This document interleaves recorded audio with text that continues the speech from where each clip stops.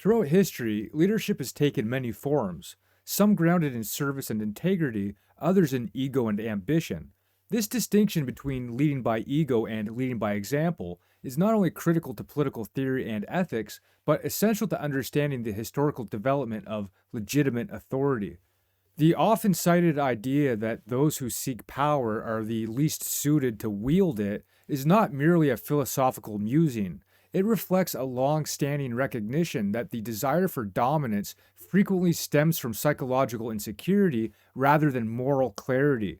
Ego driven leadership prioritizes perception over principle, favoring the appearance of authority over the exercise of virtue. By contrast, leadership by example is predicated on personal accountability, ethical consistency, and a willingness to embody the values one professes. Such leaders do not derive legitimacy from self promotion or symbolic status, but from the trust and respect earned through demonstrable character. Historically, many monarchs and tribal leaders were not appointed through lineage alone, but rather emerged organically from their communities due to their proven courage and competence, particularly in context of war and crisis. In numerous warrior societies, such as the Norse, the early Celts, the Germanic tribes, and even segments of Roman and early medieval leadership, leaders were expected to ride first into battle.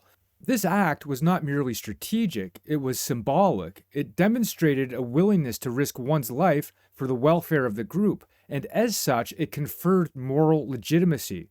This practice forms the basis of what came to be known as the divine right of kings. Contrary to its later interpretation as a justification for hereditary rule, the original spirit behind the divine right was ethical, not institutional. The notion suggested that a ruler was chosen by God, not because of birth, but because his actions reflected divine virtues, courage, justice, wisdom, and self-sacrifice. Over time, however, this concept was distorted. As monarchies became more centralized and dynastic, divine right transformed from recognition of character into a claim of entitlement. The king was now seen as inherently superior by virtue of lineage, rather than as someone who had earned the loyalty of his people through moral and practical leadership.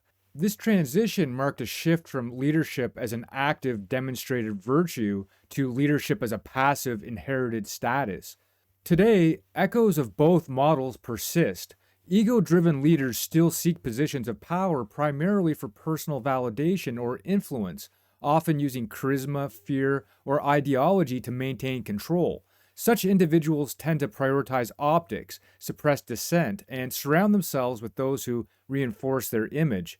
In contrast, leaders who guide by example tend to demonstrate humility, take personal responsibility, and welcome honest feedback. They view leadership not as a position of superiority, but as an obligation to serve a cause greater than themselves. Their influence arises not from control, but from inspiration. The distinction is profound. The ego-driven leader builds a following to satisfy personal needs. The ethical leader, by contrast, cultivates independence in others, empowering them to lead themselves. One fosters dependence, the other transformation. In sum, the original notion of the divine right was never meant to sanctify hereditary power. It was a recognition of virtue as the foundation of authority.